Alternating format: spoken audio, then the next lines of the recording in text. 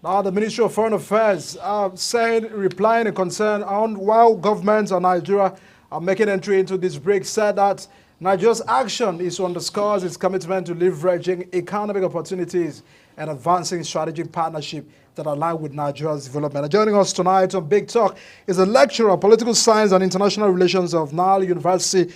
Dr. Abdulrazak Saliu is my guest tonight on the show to express some of these concerns.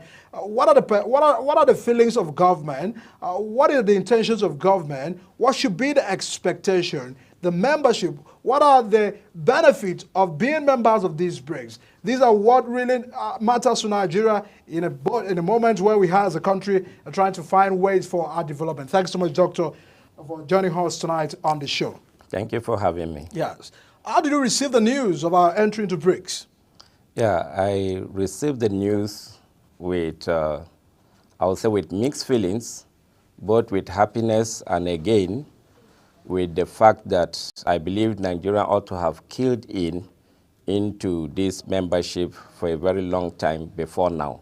However, I would say it's a welcome development, most especially at this strategic moment whereby other countries that are within the West African sub-region have joined earlier before Nigeria, countries like South Africa, Egypt, and Ethiopia. So I think Nigeria, being one of the formidable players in the regional politics of Africa, cannot but afford to join this initiative. I mean, looking at the members as well, you've mentioned Brazil, Russia, India, China, and South Africa. Now, those that are having a concern, what would be the feelings of America about Nigeria's position with these members already? Yes. If you can recall vividly, it is a game of interest. And America and the West, let me put it that way, are not going to be finding it easy seeing that there is a counter organization that has been formed to challenge their hegemony. Trump have said in the past, President Trump, Donald Trump of United States, that he threatened actually that he's not going to allow countries that have joined the BRICS initiative to have it in their own way. He promises to increase the tax level by 100%. And saying this, if he is going to implement his decisions, that means the countries that are joining, because one cannot divorce the importance and the role and position of the West in the global economy. Actually, they play more than 13% of the total world economic and trade relationship with Africa. As such, we cannot call this threat as something that is simple. It's going to have some great effect, most especially BRICS being a new economic initiative, so to say. As such, I think all African countries need to tread this with caution. So it really has a lot of economic value to Nigeria? Yes, absolutely. It has a lot of economic value to Nigeria because if you look at the BRICS reforms and their objective, they are in line with the economic development of Nigeria. They align. For example, we've been having a lot of pressure on the forex and the dollarization of everything that is putting big pressure on Nigerian economy. But the BRIC is providing an alternative, a better alternative through some of the platforms that they have initiated, like the New Development Bank and the CRA initiative and the BRICS payment alternative. All of this, if you put them together cumulatively, it shows that Nigeria will have a better flow and a better bargain in her relationship with this initiative, because the CRA initiative of the BRICS gives the central banks of all the countries that are within the BRICS initiative or the bloc to be able to what? To have a seamless interaction. In fact, it's a swap of their currency between those areas that have been able to what?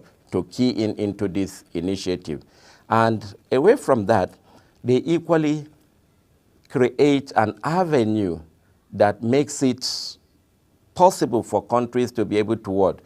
To access funds from the new development bank that they have created with relatively lesser interest rate. As such, one cannot but say that Nigerians stand to benefit a lot.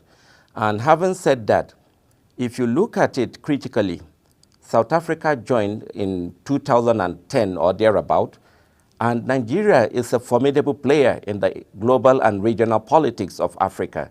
We cannot afford to take the backstage in initiatives that are so laudable and are so impressive, because they are serving as some commentators will say, they said they are serving as an alternative to the harsh principles and the rules and regulations that have strained most African countries in trying to access funds from the IMF.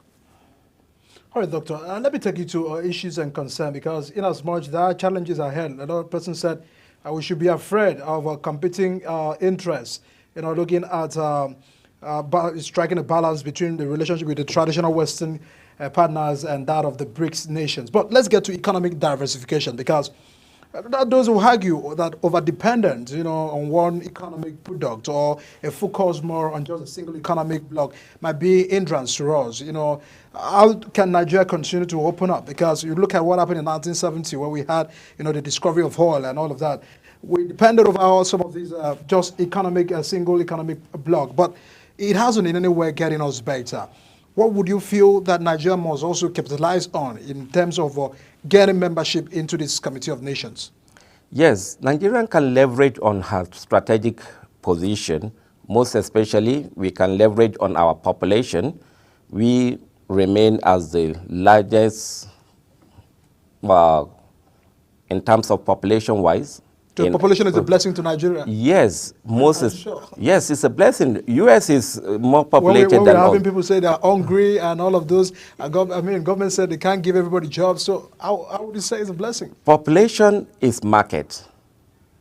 Because if you have population that are well employed, which I believe that the present government have made some policies that if in the future, when people will key into it, we'll be able to create better employment. And we can leverage on our climatic condition. We could farm, we could do fadama farming all through the year. And this will create what? Job opportunities for the teeming youths of Nigeria. We should not just leverage on what? White-collar jobs alone. And then the internet is there. There are a whole lot of employment opportunities that government can create through the internet, and then through our social, cultural heritage, most especially, as I've mentioned in the past, music and fashion. These are industries that Nigeria needs to key in. And if you look at the agricultural sector, Nigeria is blessed.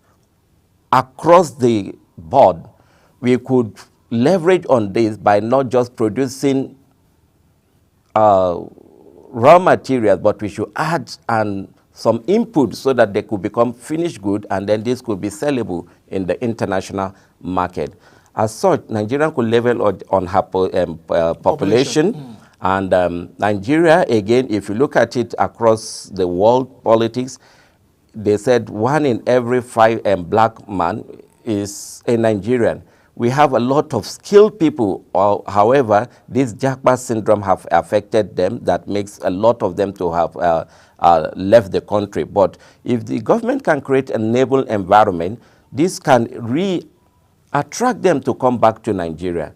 And as such, Nigeria could leverage on this position. And away from from her position of being the largest formidable force in African sub-region, Nigeria could equally use her natural resources if properly what? If properly harnessed in a way that we will not just give in to countries that will just come and buy our crude oils and go, but you can invest, you can call them to reinvest in Nigeria, and by so doing, they are going to be creating a better alternatives and job opportunities for Nigeria. All right, so what's the road ahead? Because, I mean, there are a lot of expectations as well. If this successful, I mean, if successfully been implemented, what would be, I mean, the expectations? What is the road ahead of this membership now? What do you envisage? What I envisage is that it's going to create a healthy competition if Nigeria can strategically partner with the BRICS country and in the right area which will advance the economic development and the political and strategic position of Nigeria. Let me put it this way. If you are not having a competitor, then you could relax and then do whatever you want. But with the coming of BRICS now, you see that it's going to be a function of healthy competition between the two blocks. And they want to sell their goods to the highest bidder and then want to woo people to come to their own side. But in economic terms, it's a game of what? It's a game of interest. Wherever you are going to make more profit is those places that you are going to what? Align yourself with. So Nigeria should key in fully, and then this will make the Western Bloc to have a rethink and to create an avenue whereby the dollarization of our economy could be reduced in a way that the exchange between them could be a win-win for both parties. Not like what is obtainable now. You can see the government is trying her best to put in the economy into shape. However, all these things are not showing much effect because of the dollarization of and the pressure that dollar have put on our economy. I think it's better for Nigeria to key in so that we could have a change. As an expert in political science and international relations, Donald Trump has really blamed migrants for the issues being confronted in the United States. And of course, he has just taken an order of office, talking tough on issues of migration, you know, immigrants and all of that. What would you feel, you know, in terms of the foreign, foreign policy of this government that has come on board now to America? Yes, the issue of migration, if you look at it critically, you can blame it on the Western countries because they have created an enabling environment to make other countries to be able to what? To vent and compete adequately with them. If you are comfortable in your zone, I can assure you that you will not have that zeal of leaving your comfort zone. So, what are the driving forces for people to leave their country? Basically, economic benefit. So if you can make the African countries and the developing countries and the third world countries to be in the right shape, so to say, you will see that there will be no issues of this migration because the migrants still what? Their taste bud is still aligned to their food. You see, Nigerian food are still going. The pomo, the kuli, all of them are still going. That's to show you that irrespective of the fact that they have changed their environment, their soul is still attached to home. So, if you look at what happened in the Libyan crisis, it shows the importance and the role that Muammar Gaddafi have been playing to mitigate against the migrants that have been living in huge population. So I think the West need to see it now, that it's high time for them to create an environment for African and third world and the developing countries so that they could have what? A development goal and strategy that will accommodate all. Because they are making this money excessively just because of their strategic economic position. Look at what happened yesterday for those that are doing this cryptocurrency. Just one word from the president has what? And the Shaking the First whole structure of the cryptocurrency. So this to show you that there is no real value that is added.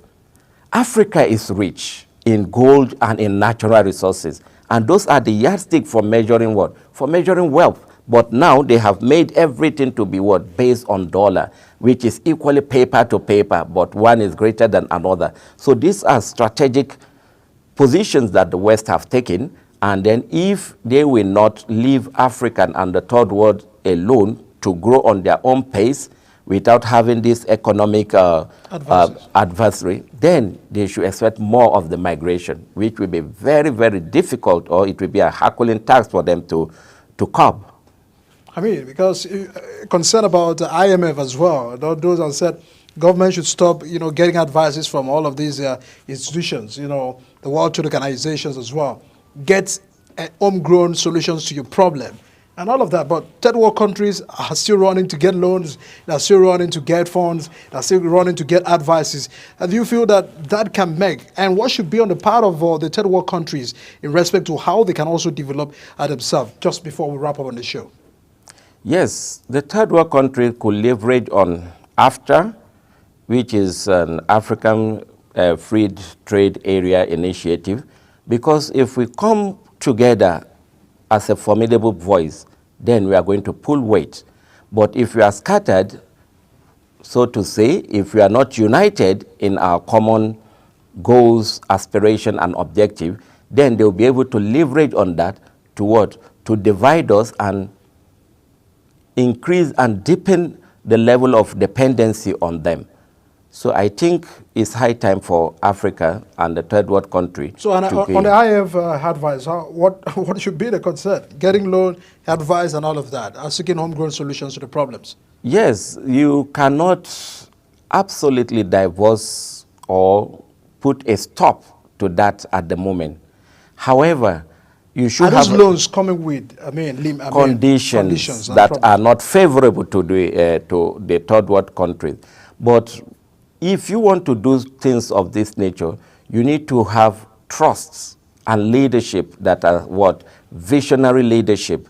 Those are the major concern and challenges that Africa is being faced with, because our leaders are more concerned with their own selfish interests rather than seeing Africa first and the aspiration to make sure that Africa succeed. So by so doing, you will notice that they are not putting the people and the continent first. But if we can come together and unite and see that, yes, it is high time for we to leverage on our positions and our wealth to be able to get out of these shackles of this IMF, then not until then, I think it is going to be difficult for us to be able to have our own independent and economic sovereignty. Just in a few seconds, what foreign policies should Nigeria rather adopt, the government of the dead President Tinubu's administration, to attract all of these better development for the country? Because, yes, we need more to what we have. Yes, I think at this critical moment, the foreign policy that I would advise for Nigerians to key into is non-alignment. Because you need to position yourself to the world that, yes, I am okay and I am better positioned to interact and do business with you. But if you align with a particular bloc, that will show and it will make other countries or other blocs to be able to see you as a threat to them. And there are a lot of propagandas that can be adopted to make sure that they jeopardize your dreams and aspiration of succeeding. So the foreign policy that I think better suit Nigerian, because there was a time that we have seen Africa as the centerpiece of our foreign policy, that we were doing a lot of development and give out and some handouts to other countries. However, I will say that some of those countries were not even appreciative. We've seen the xenophobia that existed in the southern part of Africa, and a host of others. And some of them, due to their alignment with their colonial masters, they still feel that, okay, I'm Francophone rather than seeing themselves, or I'm Anglophone rather than seeing themselves first as an Africa that need to be united together and then push the common cause of Africa. Thanks so much, Dr. Saliu, a lecturer, political science and international relations of Nile University. Thanks so much for jumping on the conversation and giving us an update on the world. Thank you so much. Well, of course, a lot of our deliberations regarding the state of the world politics is on. Donald Trump has just been sworn in for a second term as President of the United States of America. And I'm back home, Nigeria's entrance into the BRICS. What should be the expectations? President Tinubu is also on the run, getting things working, and seeing how he can get investors back home to the country. But however, a lot of concern about the tax reforms. The governors has also given some support to the government. The president said, look, let's agree with this and let's move on. But they, of course, have different views regarding the VATs and derivations issues, which is still a major deliberation. However, what Nigerians are more concerned and having as an interest is about how all of this gets to better the life of every Nigerian and getting the environment conducive for businesses to strive in all, which has to seek for national development. And that's the excess we had to have this conversation first on reviewing issues of Donald Trump and our Intercontinental Alliance of Nigeria's into BRICS. This is where we wrap it up on the show tonight. So Big Talk will continue to track some of these developments and bring to you the speed what is happening around the world and what are the position of Nigeria in all of this. My name is Edikan Michael. Thanks so much for joining us on the show tonight. See you again.